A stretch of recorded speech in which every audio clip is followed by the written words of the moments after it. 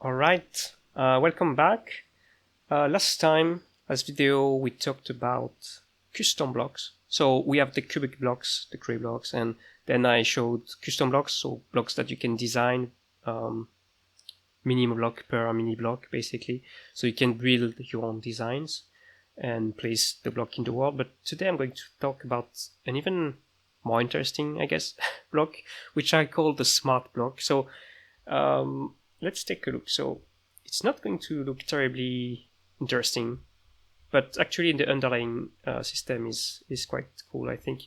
So yeah, last time I showed some randomly generated custom blocks, and right now it looks relatively similar, but in a different way. So we have those. I'm going to slow down a bit. So we have those blocks that are just basically slices that are more or less full. So some of them are full blocks and some of them are just very, very thin slices. And so you might ask yourself, what's the difference between this and a custom block? Because yeah, I mean, you could design a custom block like that. You could design a custom block like that. But then I'm going to tell you that this block that we're seeing is actually the same block. It's a single smart block. So yeah, I call them smart block. Maybe it's not a very good name, but whatever. So it's a single class in the code. So it's a smart block. So I call this the stack, I think. Yeah, I think I called it the stack. And so smart blocks are custom blocks, but on steroid. They can adjust based on parameters. So for example, just to give an example, this smart block has one parameter, which is the stack size. So it can have a stack size value between 0 and 16. So it can have between 0 and 15. So you can have between 1 and 16 thickness level. But again, so if I wanted to do this with custom blocks, I would need to design 16 custom blocks basically.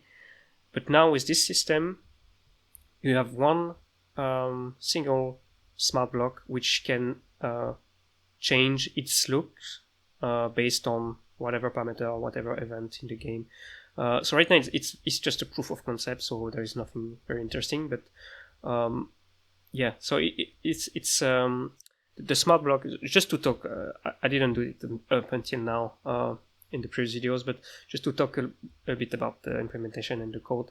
So the smart block are a class that inherits from the custom block. So the custom block is just a block with custom design.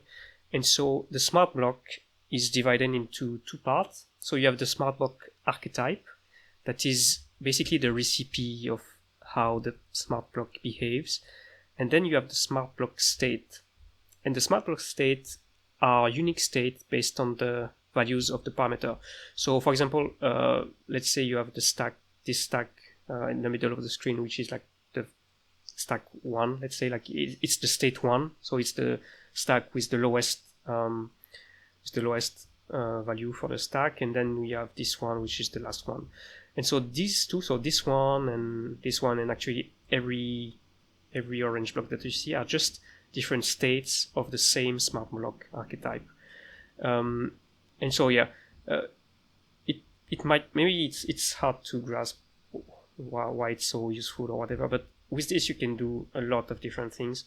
And right now it's not super interesting visually, but you could have, for example, a block that you can like add function to a block and then it can react to events, and you can do this in like per block. So you can just use object-oriented programming and have all these things happen based on the block itself, on the smart block, instead of having to hardcode stuff in an external class to deal with each type of blocks. So it's much more flexible. Like, you're not constrained by a specific list of blocks with some special behaviors that you have to account for. No, the blocks themselves will react by themselves if they need to. It's still more expensive. Like, it's still more expensive than a simple block, obviously. So if you watched the previous video, I talked about how I split chunks, like the same chunk as multiple sections. And so for smart blocks, I did the same. Like the smart blocks live in a separate section. They're not held by the same data structure that of the other custom block. It's just simpler to manage. It also means that they have their own draw call, their own mesh, so they're not meshed the same way. So because potentially a smart block, like right now it's very simple blocks, but potentially a smart block could be very heavy to mesh or whatever. So you want to split in different sections so the normal blocks don't get slowed down by the smart blocks. And I didn't do it for this. Yeah, I did implement it, but I disabled it because it was useless. It was using more time to mesh actually. But one other thing that you can do with smart blocks, for example, and I did implement it as I was just saying, but I canceled it because it was not worth it. You could have the smart block be aware of its surroundings. So I did add a neighborhood. I called it the neighborhood state for the smart block. So the smart block would know what are the full blocks around, and it will skip drawing some faces. Like for example, this face right now that we are seeing is completely hidden by the adjacent cubic block. So you could skip meshing it. And so this particular state of the smart block would just skip these two faces right now, and also the bottom face. And I did it, and it works. So you can have, that's why I call them a smart block, because they are kind of aware of what's going on in the map. And so you could have them not draw some mesh. So I've optimized meshes, but in the end, for this particular example, it was not worth it. Like it was actually slower and not gaining much vertices overall. So I just disabled it, but maybe it will be useful. One other thing I wanted to do is this neighborhood. For example, if you have, if you think about a tile set, a 2D tile set, I'm probably going to bring up an image right now. You want to know, for example, if you have a road or a grass patch or whatever, you need to know about the adjacent blocks to know which tile to use, which design to have, nice corners and nice blending and whatever. And so the smart block is going to be helpful with that, because by having blocks that are aware of their surroundings, you can have this kind. They will change their state based on the surroundings and have the correct shape.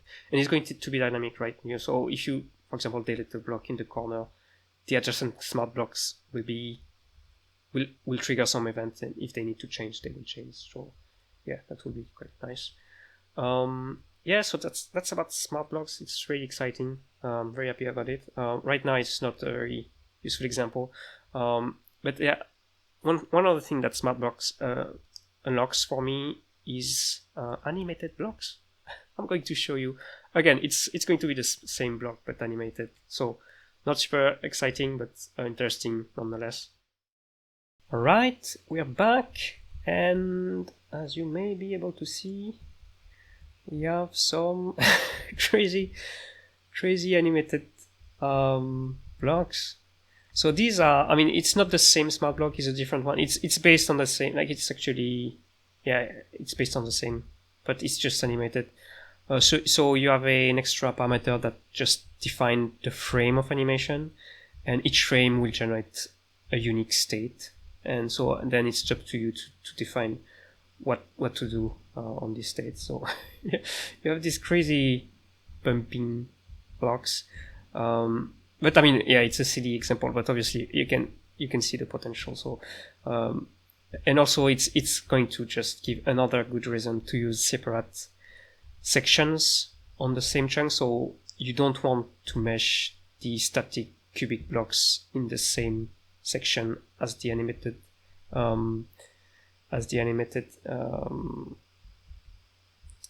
smart blocks, obviously. Yeah, so this is just a very straightforward example. It's a looping animation. It doesn't have to loop, but most of the time you will want it to loop. I also have another. Maybe I should show you. I have another block which is, instead of just looping, it's going to do a ping pong animation. So when it reaches the last frame, it's just going to go backwards. I might show that actually.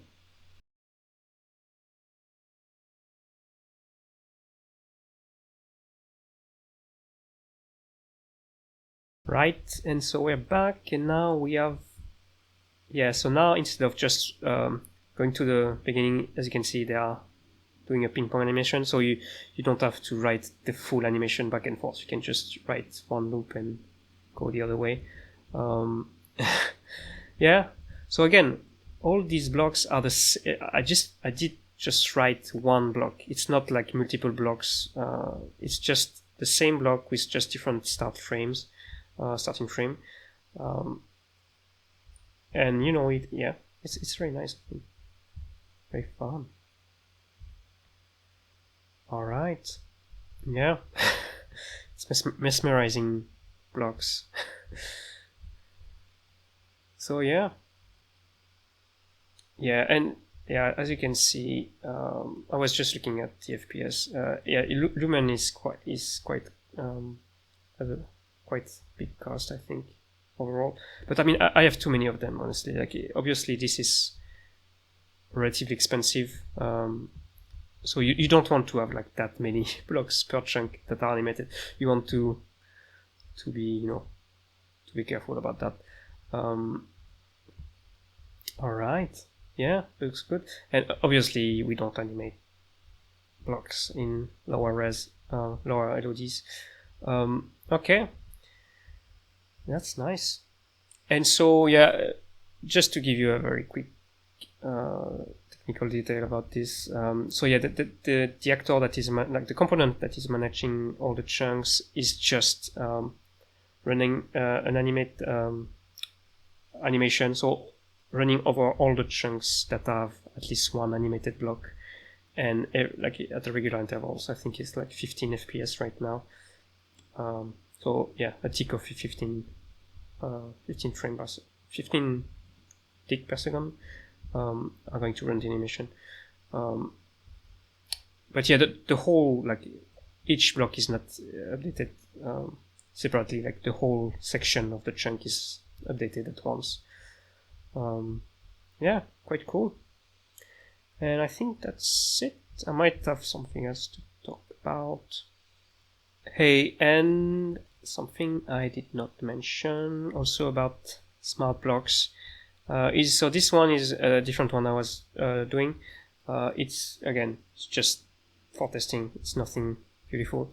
But as you can see, it's a non-cubic blocks, because the smart blocks, when they're generating their state, you can just override the method that generates the mesh. So you could just, if you know what you're doing, you can just generate any mesh that you want based on the settings that the smart block is given. So I just made this ramp. I call this the ramp. So as you can see, you can just create any quad, triangle, or whatever for this block. So this again opens up a lot of possibilities. Right now it's all the same orientation, but I also made this. I should have shown you, but yeah, I was lazy. I also made this ramp, orient based on the surroundings. So it basically gives like rampy, smoothie stuff for generation. I don't really like the look it gives. I prefer the blocky look, so I'm not going to use it for that. But it's just saying, you can do this kind of stuff, which is quite interesting. All right, enough smart talk about smart blocks. So these were the three types of blocks that I'm going to be using. So you have the cubic block, the custom block, and the smart block. And yeah, so thanks a lot for watching. Yeah, I think next time we may be talking about data transfer, because all these custom blocks and custom data, if you want players to be able to play together, you need to transfer and sync them over the network, because a player could be designing their own custom block and they need the other players to be able to see it as well and maybe use it even. Okay, thanks a lot. See you.